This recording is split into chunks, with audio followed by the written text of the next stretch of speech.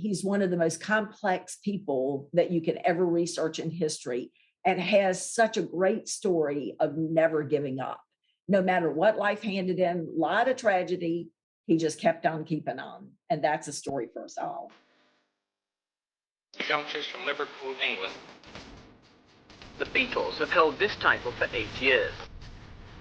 My model of business is the Beatles. You know, they were 4 very talented guys.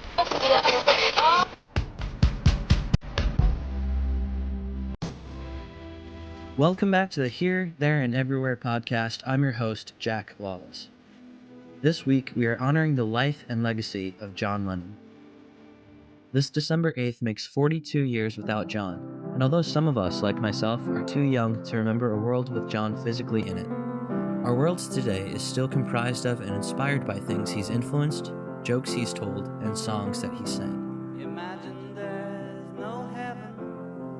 Joining the podcast this week to celebrate John's life and talk about his favorite songs, TV shows, and his legacy is John Lennon expert, Jude Southerland Kessler.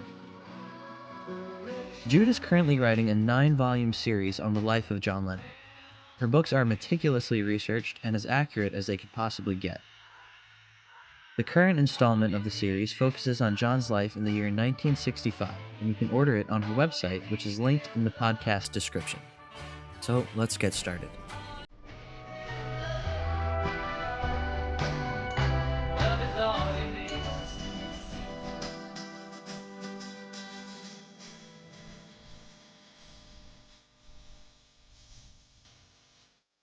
Jude, thank you so much for coming on the podcast. How are you doing today? I am doing great. Thank you very, very much for inviting me on. I've been listening to your podcast, and I'm so excited to be here. Really thrilled. Thank you. So I'm excited to ask you about your work and how you present the Beatles story and John Lennon's story so well. But I want to know, how did you first get into the Beatles' music? Well, it was December of 1963, so pre-Ed Sullivan. I went to school one morning, I was 9 years old, and got off the school bus, and 3 of my friends were standing there, like waiting. And they had a 45 record. So it must have been December of 63. It must have been Swan, VJ, I can't imagine. I know Capitol, I Want to Hold Your Hand, by the end of the month, Capitol is, on board. But I'm guessing that was probably Swan or VJ. And they hold it up to me and they say, okay, these are the Beatles. And you've got to fall in love with one of them. You've got till recess, but you got to, everybody's in love with one of them. You got to pick one. And I'm like, what? First of all, I was the kind of kid that loved going to the library before school to file books. I adored filing books. I was this studious little kind of nerdy girl. And I got to fall in love, and I've got to do it before recess with people I've never seen them. I've never heard them talk. I've never heard them sing. I don't know anything about them, but that's the mandate. So I took the 45 sleeve and I put it, on my desk. And at recess, I said, okay, I picked this guy right here. And they said, that's George Harrison. Oh, I could just tell they were like so disappointed. So I said, could I just possibly take the record home with me? Can I listen to it? Can I think about this overnight? And they're like, yeah. So being the researching person I started calling their older sisters. And I would say, tell me about these Beatles. And I found out that John had formed the band and he was considered the leader Beatle. Now, at that point, I didn't know he was also an author and wrote poetry and prose. I didn't know any of that, but I knew he'd formed the band and he was the leader. So I went back the next day and said, I've changed my mind. I picked John Lennon. And they're like, we knew that's who you pick. Of course, that's who you pick. And, they were thrilled. So with never having heard them, I was tasked with falling in love with the Beatles. So I don't really remember how I felt about the music the first time that I heard it. I mean, all of us were swept into this tidal wave of Beatlemania, but I had to fall in love with one of them before I ever even heard them sing. You know what I'm saying? Well, I think you picked the right one. Oh, yeah, I do too.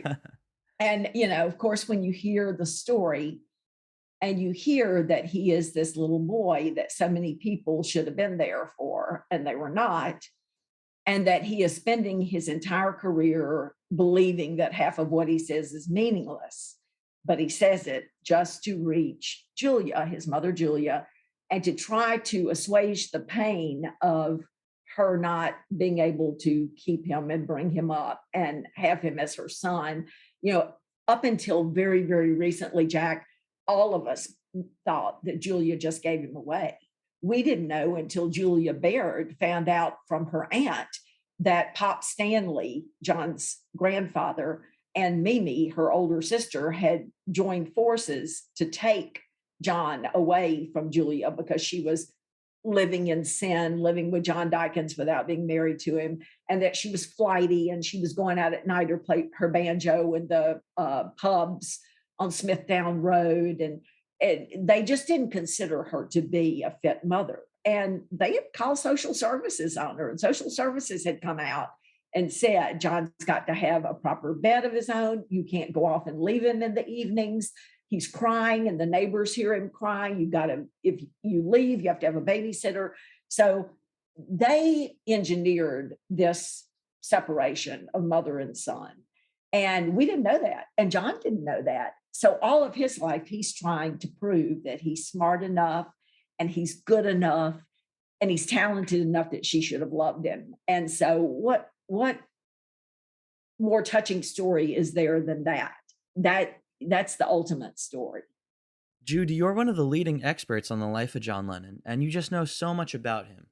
Can you walk us through how you made the decision to write a 9-volume series on the life of John Lennon? Sure. I started writing the first book, which I thought was going to be one book.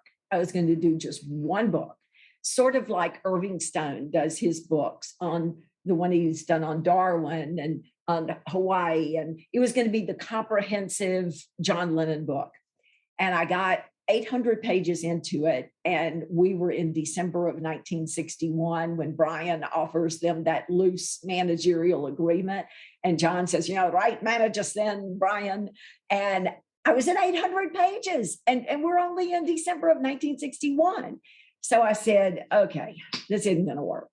So I'm going to do 3 books. I'm going to divide it into 3 books, sort of the way that Mark Lewison is doing it. And then I realized when I got into volume 2, which is 1961-63, so it's just 2 years, I realized that was 700 pages and we were only at 63. So I thought, okay, that ain't gonna work either. So what am I gonna do? I'm gonna make it a 9-volume for John's number 9 series and tell his story. Now, Jack, is that gonna work? I'm in book 5. And even though I've divided it into 2 parts, I'm kind of cheating. We're in 1965. Wow. So I don't know. I'm just going to keep plodding ahead. This is what I tell myself when I'm running and I'm really tired and I want to quit. Just keep putting one foot in front of the other. And that's what I'm doing. I'm just going to keep going and do as much as I can do. And hopefully it will be 9 volumes, but it might be 10. Oh, that is awesome. And so, how are you conducting most of your research for this series? Well, you can see behind me, I have probably, I don't know, around 500 books about John Lennon and the Beatles. And in all of the cabinets behind me, I have periodicals dating back from the 1960s until today. I have old cassette tapes that have interviews on them.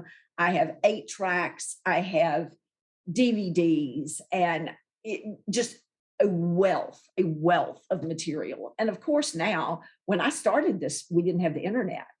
Now, if I want to write, let's say, about the 1965 Portland concert, all I do is call it up on the internet. I can watch it. I can watch the press conference.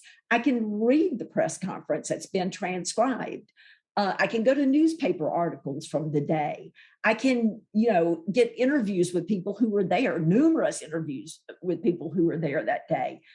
And on top of that, all through the 1990s, I went to Liverpool 7 times and would do like 3 interviews a day, one in the morning, one in the afternoon, one in the evening, with the people who knew the Beatles family, people John went to Quarry Bank Grammar with, people he went to Liverpool College of Art with, Alan Williams, of course, their first manager, and Bob Wooler, the DJ from the Cavern Club, and Helen Anderson, who went to college with John, and on and on and on and on.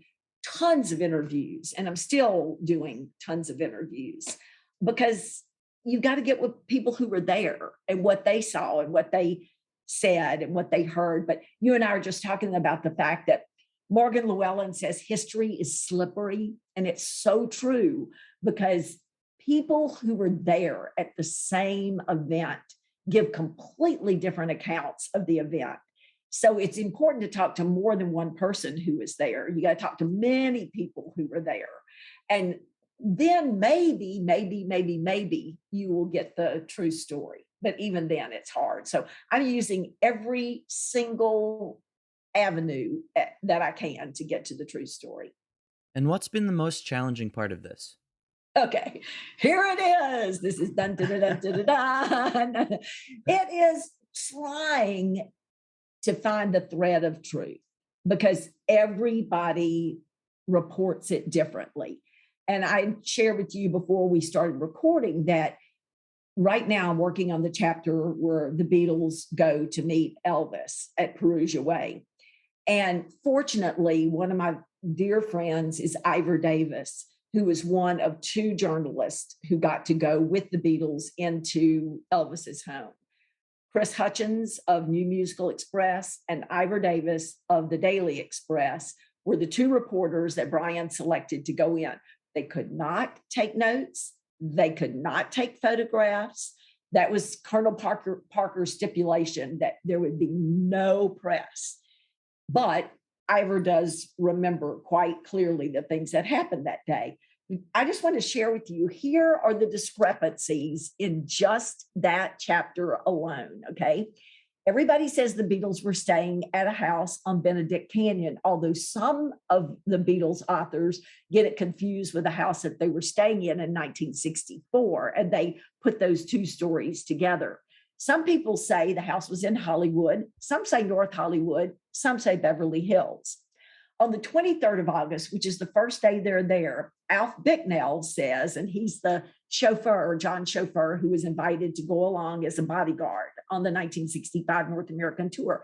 He says, I have a vague recollection of girls jumping from a helicopter into the pool to get to meet the Beatles. But on another page, he says, the girls flew over, but just shouted at the Beatles. In 2 pages, he's contradicting himself. And Schulteis says the girls only shouted down their hellos. So which one happened? Did they jump, or did they just fly over and wave and scream? I don't know. Elvis at the door. Okay, just get this. This is Elvis. Did Elvis come to the front door? Francis Kenny, in The Making of John Lennon, said Elvis did not come to the front door. He was sitting in front of the TV and made the Beatles come to him.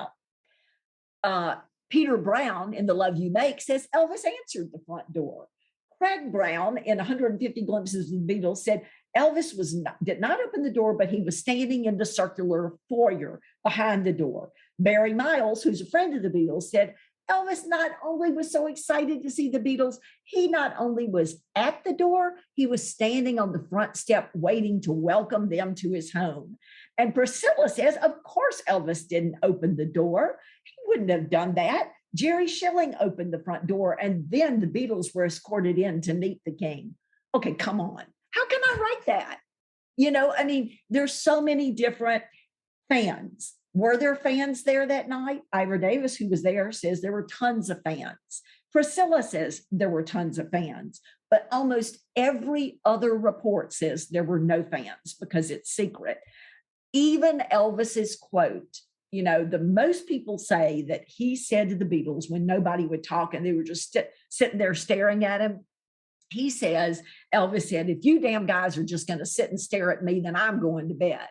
But Priscilla says, he said something like, well, if you gentlemen, not you damn guys, if you gentlemen are not going to talk, then I guess I'll just do my own thing, which softens it a little bit. I don't know. If you're not there, you don't know what actually happened. And you and I were laughing about the fact that the Beatles all report what Priscilla was wearing. Paul McCartney says it was a purple gingham dress with a purple bow in her hair. George says it was a glittery full-length gown with a tiara. That's the most difficult thing. It is very hard to write this story as a narrative because I can't just report the facts. I have to make it pop off the page and come alive. And in order to do that, I have to have all the details. And man, when people don't agree, how are you going to do that? It's very difficult. Wow. So, in the case of the Beatles meeting Elvis, do you personally have one account that you believe more than the others? I'm doing sort of a concordance graph for everything that happened. And I'm looking across the board to see what is being repeated, how reliable the sources are. I mean, like, for example, there are people who immediately want to throw anything that Albert Goldman says out because Albert's attitude was not always the best. He always saw things in a sort of a dark light. But Albert's pretty good at getting his details right. Whereas Peter Brown, who was a good friend of the Beatles, generally gets his facts a little bit skewed. He's one of the ones that confuses the 1964 tour and 65 because the next day he has the Beatles go to an ice cream party at Alan Livingston's house, and that was 1964. So you have to get to know each one of these biographers, how credible they are, were they there, where did they get their information from? Did they get it from a primary source or did they repeat it from another book? It is a slow, time-consuming process, and you just have to get a feel for it. When I first started out, I didn't know this was a problem, and I kind of believed everybody. And then gradually, over the last 35 years, I've gotten a little bit cynical because I'm not sure anybody knows the truth or remembers the truth. And, I'm starting to be it's tough. It's really a tough thing. You have to spend a lot of time researching before you ever start to write the chapter. Is there a phase of John Lennon's life that's more unclear than the others? Great question. I think really John is such a private person, and he will lie to you when he wants to protect himself. For example, It's Only Love, which is clearly about his failing marriage and how he and Cynthia are starting to fight every night, but just the sight of her makes nighttime bright, very bright. He's pouring out his heart about how much he loves her, but how they are really not getting along. And because that reveals the inner John, he tells you, that song is terrible. I hate it. It's just garbage. It's rubbish. Anytime John says a song is rubbish, pay very careful attention to it because it means he has revealed his true self. He's very protective. He's very guarded. I don't know that anyone ever really got close enough to know John, except for people like Stu, who definitely knew him inside and out. Cynthia, he is very careful to keep himself closed off from the public.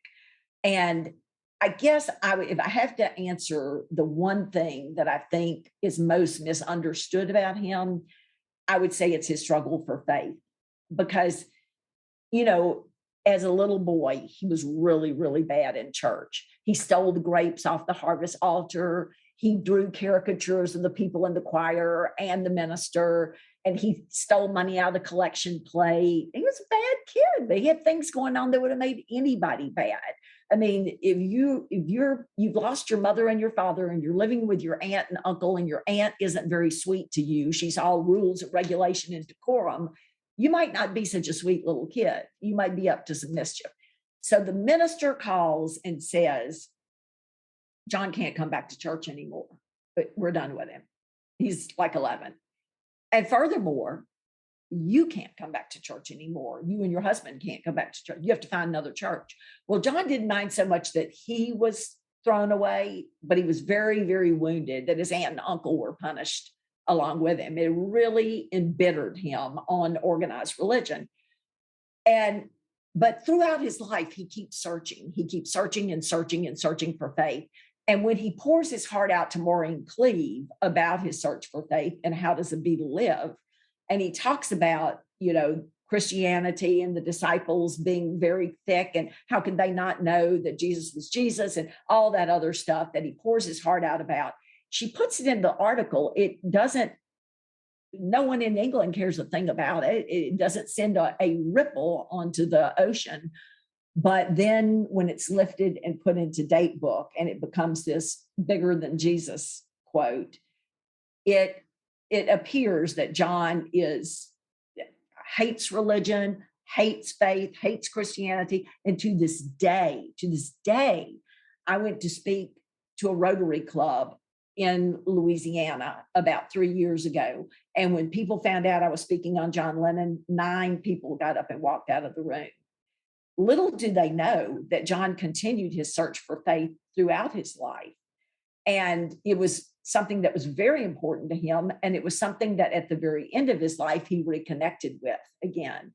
So I don't think that part of his life, I think that part of his life is pushed to the side. And people think he's this mean, surly, cynical person, which he really wasn't. So he was a complex person, as you know. Right. Yeah. Now, if you had an interview with John Lennon in which you were only able to ask him one question, do you have anything you want to ask him after reading all of this information about his life?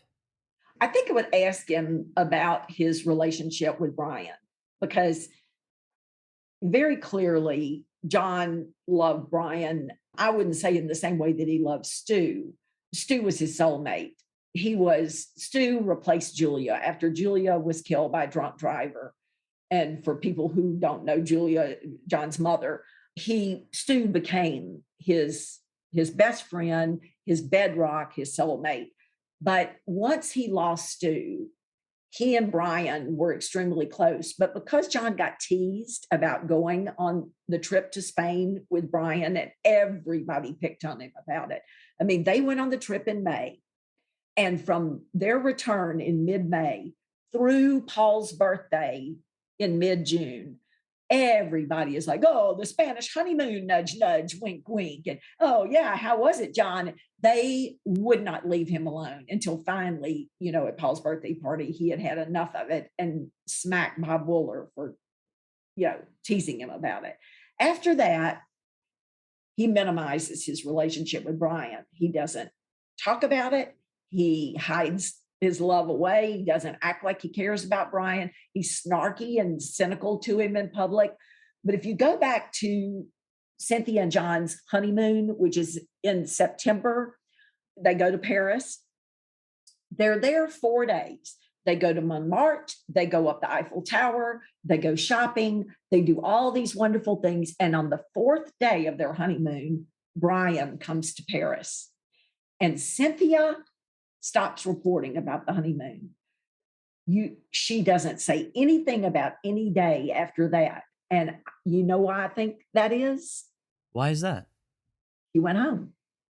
She had a little baby who was only 6 months old. She and John had 4 glorious days in Paris together. But I think John stayed and Brian came over and they spent another week there together.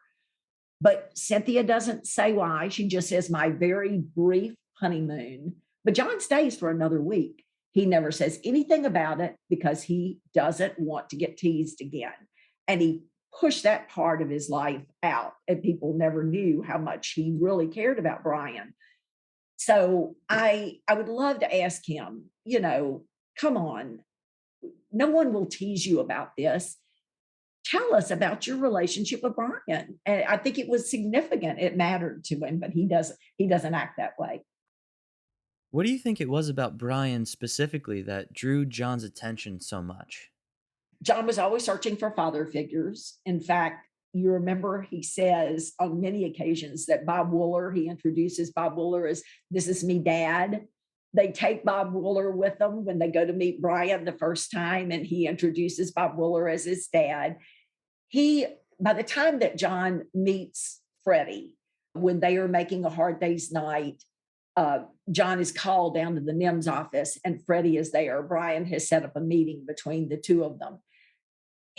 At that point, John has been fatherless since he was 4.5 years old, but he was always looking to someone to guide him and lead him and give him that father stability. And Brian, even though he's only like 4 years older than the Beatles, is very savvy, very wise, calm, encouraging. He is that father figure John's been searching for. And not only that, but John knows he loves him and will put John's good in front of anyone else's. That he says to Mimi, Brian says to Mimi, I'll take care of all the Beatles, but John will always be my top priority. Well, when you meet someone that you are their top priority, they are going to take care of you above all else. You can't help but love that person. I mean, they're in your corner. They have your back. So I think that's part of it. And he's looking for Dad. And Brian, you remember the reaction when they found out he was dead. We're done. There's no more good that's coming our way because we're now just floating without any guidance. So, I mean, I don't know. What do you think? I think that John was always trying to fill the void of his parents. Since his parents left him at such an early age, I think with each one of his most important relationships in his life, he just wanted to make sure that person is not going to leave him. So like with Paul, with Cynthia, with Yoko, I just think he just did not want to be abandoned. I think that rings true for his relationship with Brian too. Yeah, Cynthia said that he used to ask her all the time, "You're not going to leave me, are you?" Wow. The whole world thinks that John Lennon had every success and had everything he wanted, and yet he's saying constantly, "You're not going to leave me, are you?" That's all you need to know. Yeah, that's right. And then every time that someone makes a snarky comment in a press release, and they blame it on John.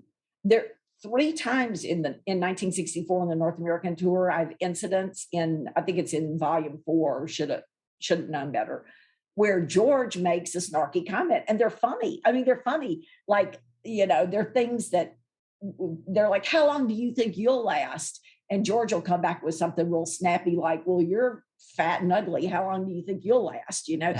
John always gets blamed for it. And it's this kid that feels unloved anyway. The little boy inside of him already feels unloved. And now everybody gets mad at him anytime that a snarky comment is said.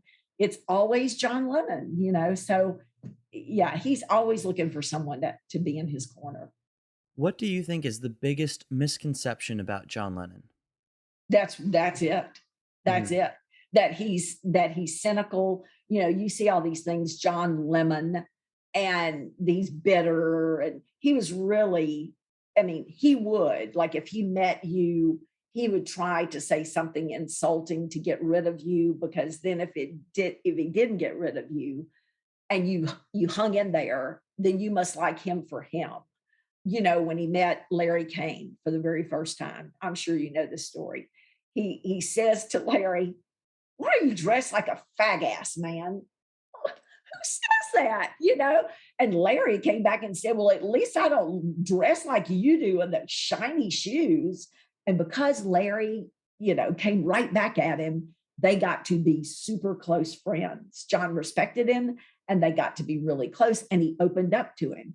And what does he want to talk about? He wants to talk about how much he misses his wife while he's on tour. He's calling Cynthia every night to talk to her. He wants to talk about how his heart was broken by the John F. Kennedy assassination. And why did a young man like that have to get killed at such an early age? When you get past that barrier, there is a super vulnerable person on the inside. And I don't think most people see past that. Do you think that there's been a change in the narrative of the Beatles since the dawn of the internet and sites like Reddit and Twitter and Instagram? Absolutely. Absolutely. There's been a change in the Beatles narrative, just period. Because as time goes along, what I studied in college was historiography. and how history changes and morphs and develops and the reasons why it does that. And sometimes it's very basic. Sometimes there's someone who wants to be included in a story, and so they insert themselves into the story.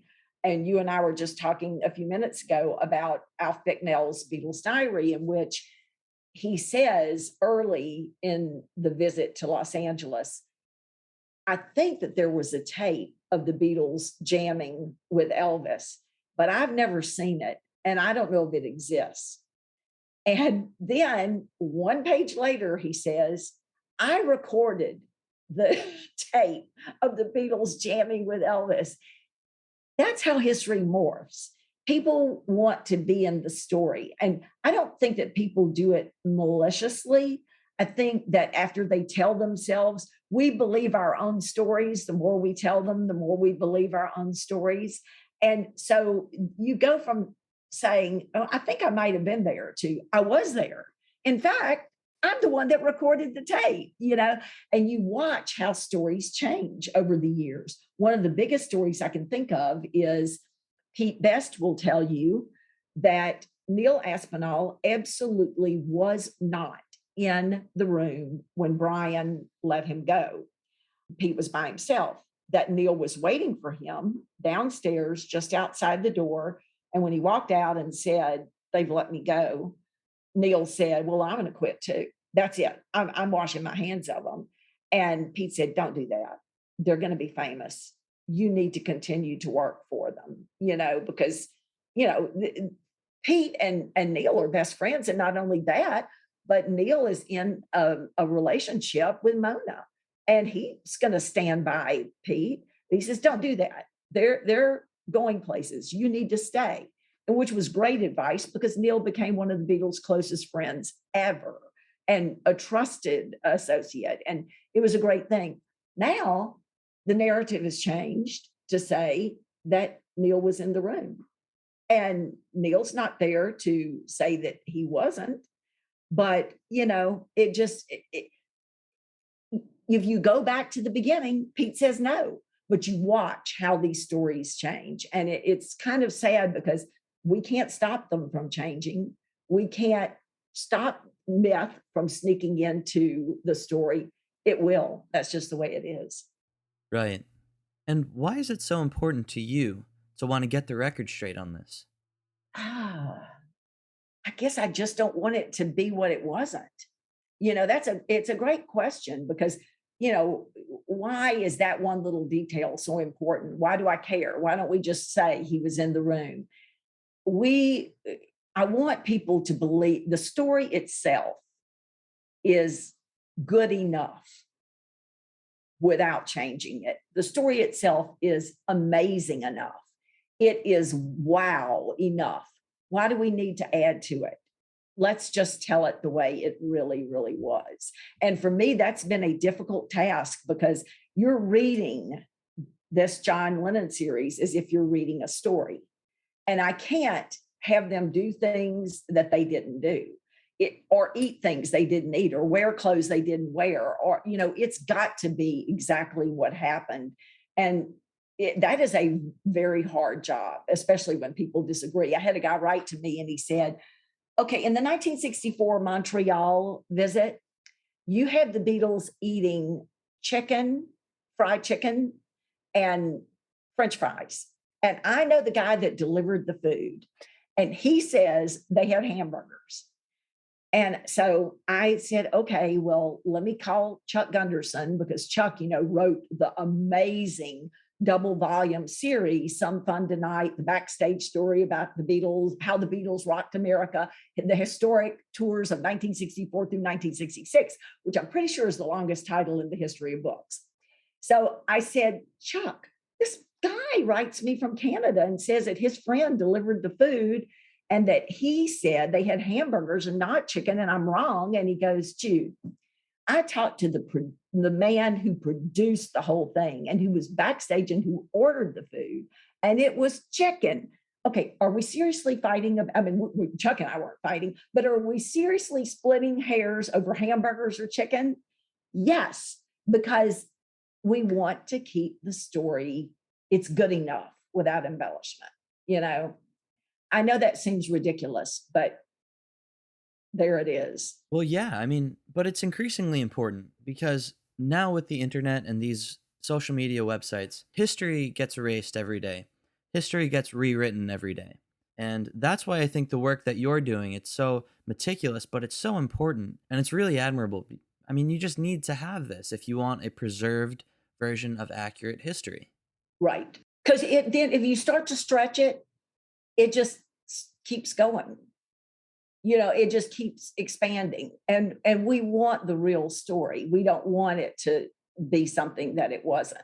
And the Beatles were famous for taking advantage of that. I mean, when they leave the Indra and they're going to the Kaiser Keller and they're standing waiting for the van to come pick them up with all their gear on the sidewalk, they say, let's say that the little old lady, the Nen upstairs, got us kicked out because we were too loud and noisy.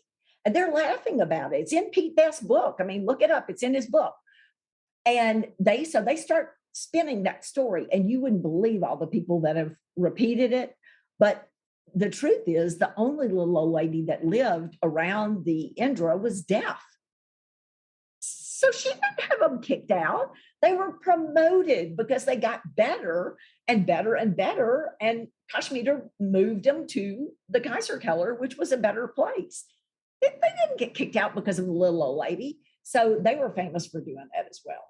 There are so many little stories and anecdotes like that in the Beatles' history. Do you have a favorite one that you've come across during your research?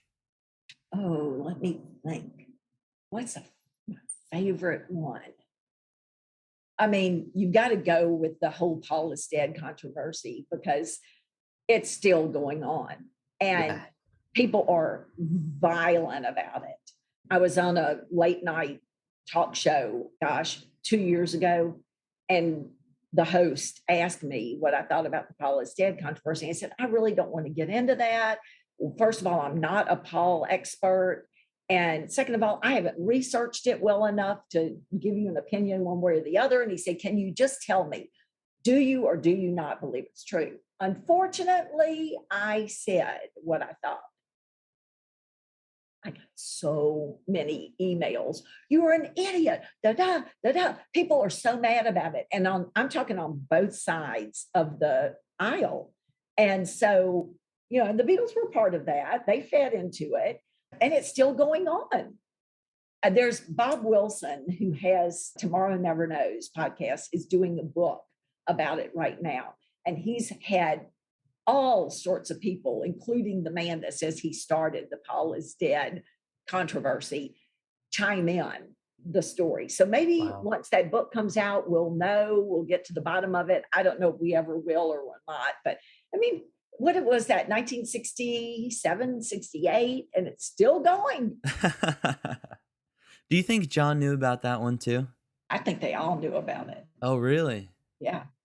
I think they all knew about it. I mean, I don't think they planned the crossing on Abbey Road to be the undertaker and the preacher and the grave digger. And I don't think they planned that the way people say they did. But I think they were well aware of the fact that it was going on. Right.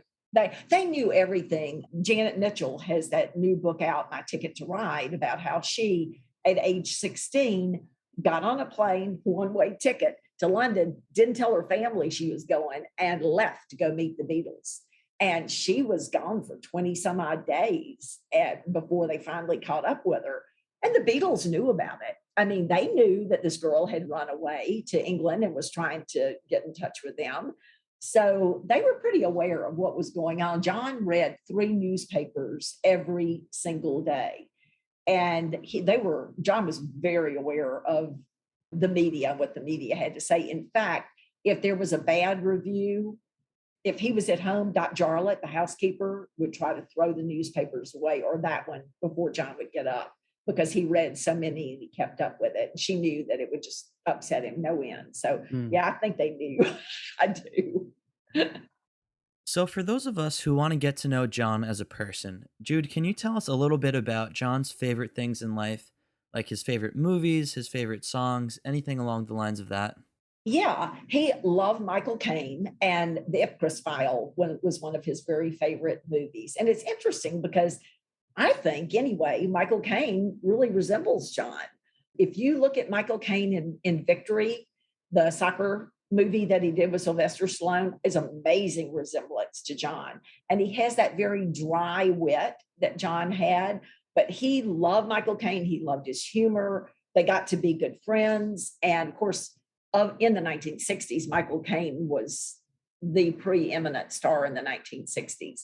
He loved all kinds of music. I just listened last night to an interview that he did with Tom Snyder on Tonight in 1975. And he's talking about this new form of music that's just come out that he loves, that has evolved from ska, and it's reggae. And he's talking about, this great new form of music, reggae, and how it's just, it's so wonderful. But he loved almost all music except jazz. He utterly despised jazz. And Stu kind of liked jazz, and he would always give him a hard time about it, saying it just meanders everywhere. There's no purpose to it. It has no beginning and no end. And he hated jazz. But everything else, he loved country and Western. As you know, Beatles for Sale was a total homage to country and Western music. And John even tried to write a country and Western song, and I don't want to spoil the party, so I'll go. All the Beatles love country and Western. I think John's very favorite thing, it's a toss-up. He loved to write, and he was constantly writing. He would keep, in his suit coat, he would always keep blank paper on the right-hand inner pocket and papers that he'd written on the left side. So while he's waiting around or flying on a plane or whatever, he's constantly scribbling, and he would capture things that people said and use those later on. He'd hear things that people said, which almost all writers do. Keep a notebook and you're constantly writing. He kept all those papers in the left-hand side of his coat. But what he loved as much as writing is reading. They say, and I don't know, this is the stuff of legend. Mimi said this. Is this true? I don't know. But she said by the time that he was 8, he had read the collected works of Balzac. I mean, that's pretty highbrow for an 8-year-old. He was a constant, voracious reader. He read all through the North American tours. The others would be talking and visiting, and he would go in the back, hunker down with a book, and he was lost. So, and those are just some. He loved cornflakes. He loved the sunroom in Kenwood, which was small and snug, like the sunroom was back on Menlove Avenue in Mendips. The thing that John didn't love was whatever he was doing at the moment. When he was at home, he wished he were out on tour. And he was out on tour, he was homesick and wished he were back at home. But isn't that all of us? Don't we all do that? Yeah. We're always looking for the grass to be greener, He didn't live in the moment, that's for sure. But a very, very complex person, but with simple loves. In fact, one time Kenneth Alsop asked him, if you could do anything, would you continue writing books or would you continue singing songs? And without batting an eye, John said writing. I was writing before I became a Beatle. I was writing all my life. When he was a little boy, he wrote a book called Sport and Speed Illustrated by John W. Lemon. You give John a tablet and a pen or a pencil, and he was a happy man. That simple needs. So I'm aware of 2 points in John's life, a low point and a high point. The low point I actually found out about through watching the documentary on Netflix about the making of the Imagine album. And Klaus Vormann is in an interview, and he's talking about during the filming of the Strawberry Fields Forever music video, him and John are off to the side, and John's just picking a bush, and Klaus asks him, "Why are you hurting the bush?" And John says, "I'm just really sad, Klaus, and I've never been this sad before in my life," or something along the lines of that. The high point that I'm familiar with is when John was making Double Fantasy. If you listen to the interviews during that time, he's extremely happy. He's so optimistic for this coming decade of the 1980s. So, why do you think that change in demeanor was caused in John? What happened in those years? Well, gosh, so many things. Number one, John has left the house husband phase and he's back to writing again.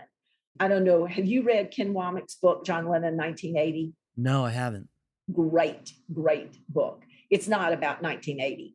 It's about 1970 through 1980. You trace his growth through the 70s to end up, in 1980.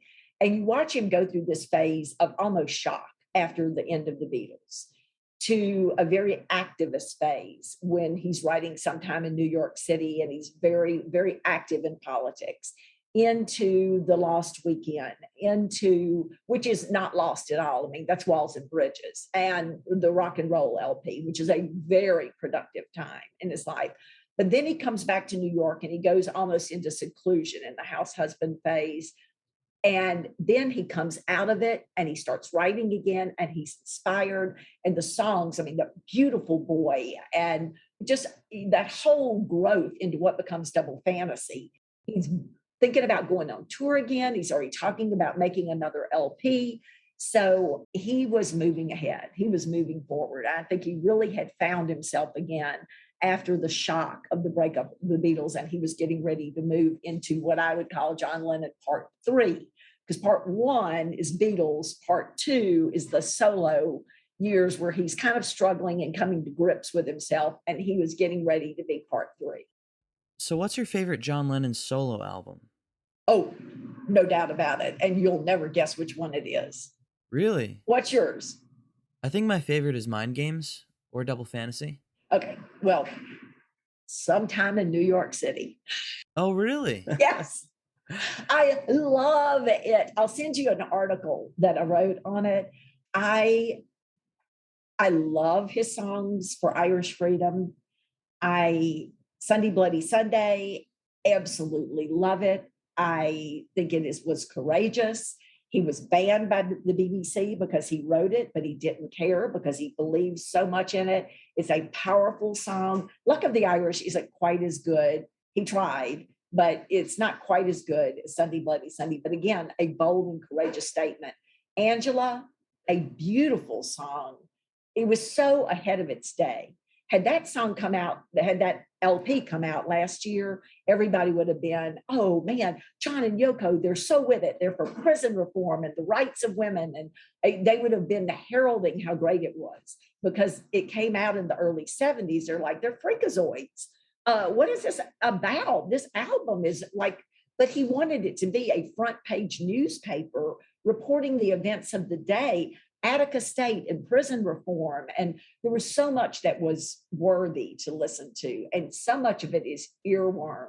I mean, don't put on Attica State if you don't want to hear it the rest of the night. It gets in your brain and it will not go away. Attica State, we're all mates with Attica State. Like, no! So yeah, I love it. Just love it. Oh, yeah. Yeah. Que Pasa New York is great too. And I also heard reports that during the making of that album, John actually met up with Paul and they were both discussing this newspaper story about Sunday Bloody Sunday. And that's when they decided to both write songs about Irish liberation. Do you know if that story is true?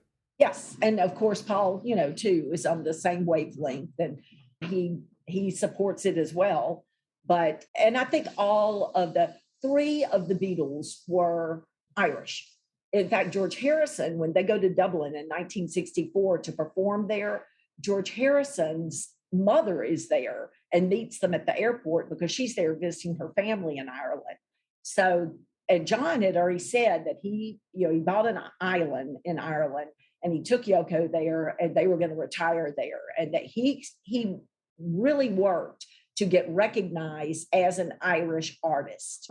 In McLacett's Irish families and their origins, there was a part that said there's no person who has distinguished himself as an entertainer, as a songwriter and composer from Ireland. And John had a copy of it. It's on Walls and Bridges. And he wrote, oh yeah, what about John Lennon? And he wanted to be recognized as an Irish artist. So not at all surprising that he met with Paul about that. Yeah, I think a lot of John's solo music really does resemble Irish folk music, like the topics, the structure of the songs, the instruments used on them. Right? And Paul's too. You Yeah. hear it in a lot of their songs. So I've just seen a face. The Auntie Jen song had a lot of that Irish movement to it. I mean, you can hear it. If you start listening for that, you can really hear it in the early music. And I also heard from various sources that during the making of Venus and Mars, Paul actually invited John down to New Orleans to record with him. Is that true as well? Right. And they were going, the trip was planned.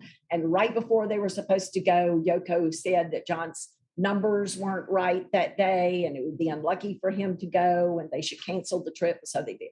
Wow. Yeah, it was scheduled. And the numerology thing also came up when the Beatles were signing the documents to dissolve the Beatles as a group. I think John sent a balloon instead of showing up in person. Yeah, and did not go in because she was saying this is not a good time for you to travel. She does this a lot. She will tell John, he would get up and she would say, "You need to go on a 7,000-mile trip." And he would get on a plane and go. I mean, he traveled the world by himself because she would say, "You need to go here, you need to go there," and he'd do it. Was that part of his search for faith? Yes, and of course that goes on because by the end of the 1970s, he is spending every single penny of his allotment on books about faith. And that was during the period that he watched Jesus of Nazareth, which was a mini series in 1979, and starts going to missionaries and saying, "Okay, I grew up in the Anglican church and I've watched this mini series. It's had a profound effect on me." Fred Seaman talks about this in his book. uh, Tell me something, tell me more, tell me more. And finally, one of them said to him, "Look, man, you're John Lennon. Why don't you go talk to, what top dogs? Why don't you go talk to Graham and see what Billy Graham has to say about it? You're John Lennon." And he does. And of course, as you know, the very last picture that we have of John in that New York City shirt, he's wearing his cross. And May Pang is actually reproducing those now and selling them on her jewelry site. So he was always searching for significance, always searching for meaning, and always searching for faith. So, Jude, which other Beatle would you write a 9-volume series about? None. When I finish this series, I am going to Ireland. If I stay on task, I will finish the series when I'm 83.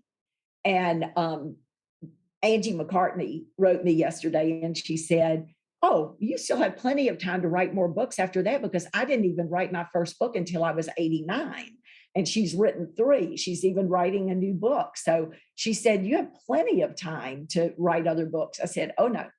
When I finish this, I am going to go to Ireland. I am going to sit in pubs. I'm going to sing songs. I'm going to hike. I'm going to enjoy the beauty of the world and just enjoy." Oh, that sounds fantastic.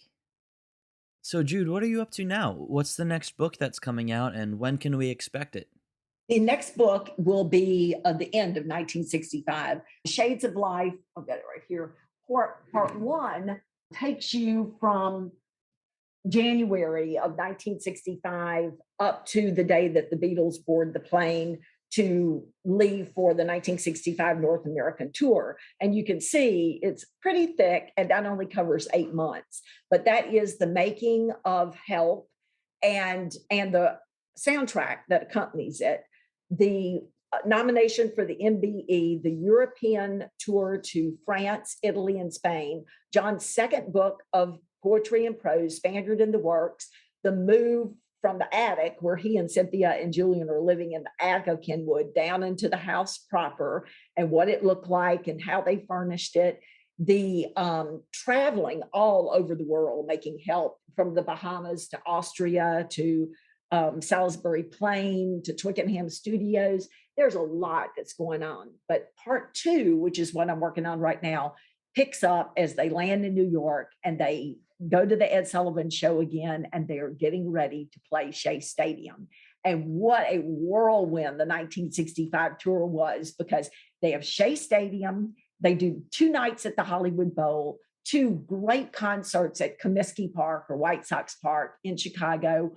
They almost get killed literally when they go to Houston because the fans are allowed to run onto the runway right at the approaching plane with those rotors going. And then they climb on the plane and no one stops them. And they're smoking cigarettes with that engine, that hot gasoline everywhere, the jet fuel. The Beatles have to be taken off with a catering cart that goes up 20 feet, that they get on the catering cart. And Brian, Mal, Neil all surround them like this to protect them. And the kids are throwing shoes, lipstick cases, mirrors, purses at them. And really, Alf Bicknell got hit in the head and went like this and went backwards. And if Paul hadn't caught him, he would have died. He was going off the edge of that catering cart. Wow. That 65 tour was unbelievable, the stuff that happened on that 65 tour. And then they're going to come back and they're going to make Rubber Soul and they're going to go on the UK tour and do the Christmas record. And I mean, there's so much that will be in part 2. And I am having a blast doing the research for it. Wow, I am so excited for that. And Jude, can you tell us about your podcast as well? Yes. I have a podcast with my best friend, Lena Stagg, who does the Recipe Record series, which is a series of rock and roll cookbooks. So you have recipes that have rock and roll names, like She Said Banana Bread, or, I don't know. I can't remember all of them off the top of my head, but she's great. They're funny, they're hilarious, and they're great recipes. And then she gives rock and roll history to go with each one of them. Well, we interview everybody in the Beatles family. We just talked with Julia Baird. We talked with Rogue Best, Chas Newby, the Beatles' first bass player, well, after Stu. We try to really focus on the Beatles family and on Beatles authors that are making a difference. And we are getting ready to the first week of October. On the 4th of October, we're interviewing one of the most exciting new authors on the stage right now. I know he'd love to be on your podcast as well. It's Jay Bergen, who was John's attorney in the Morris Levy trial, when Morris Levy tried to take John's raw recording of the rock and roll LP and make a bootleg, make Roots, and market it without John's permission. He didn't mix it. John's voice sounded terrible. There were errors in it, and he's going to release that. John sued him, and Jay was his attorney, and the story will knock your socks off. Wow. Because on trial, John has to explain why he did the songs the way he did and what the songs mean to him. Bebop-a-lula and Bring It On Home to Me and Slipping in a Slide. What do those songs mean to you? And he gives his testimony. Why did you put them in the order that you did? And he talks about how he produces records. The book is amazing. So we're getting ready to interview him on the 4th, and I'm so excited about it. That is awesome. And Jude, where can everyone find your books and your podcast?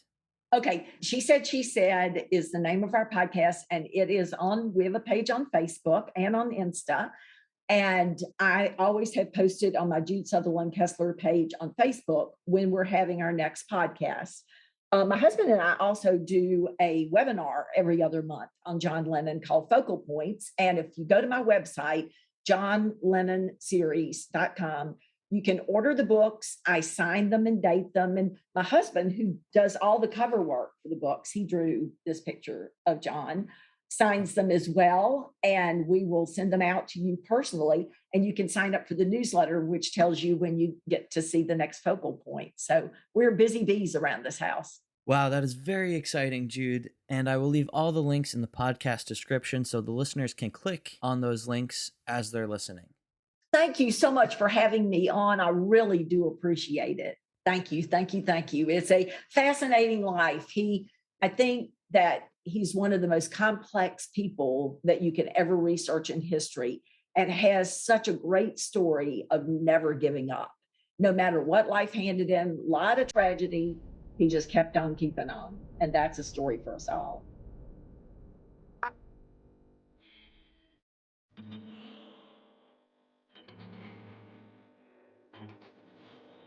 Thank you for listening to another episode of the Here, There, and Everywhere podcast.